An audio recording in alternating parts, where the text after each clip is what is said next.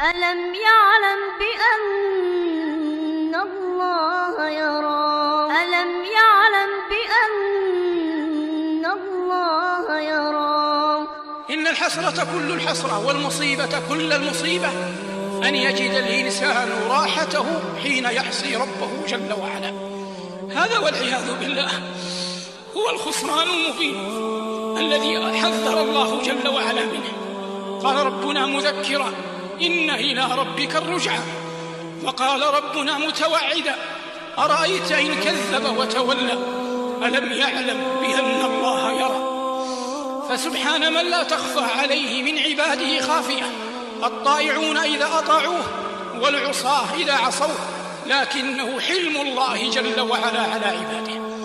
إن من ازدحمت عليه الشهوات وتكاثرت عليه الرغبات يجب عليه أن يواجهها بتذكره لعظمة الرب تبارك وتعالى، أن يتذكر فضل الله جل وعلا عليه ونعمائه تبارك وتعالى إليه.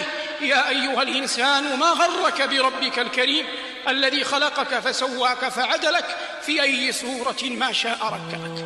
عليه أن يتذكر أن كل لذة دون الجنة فانية، وأن كل بلاء دون النار عافية.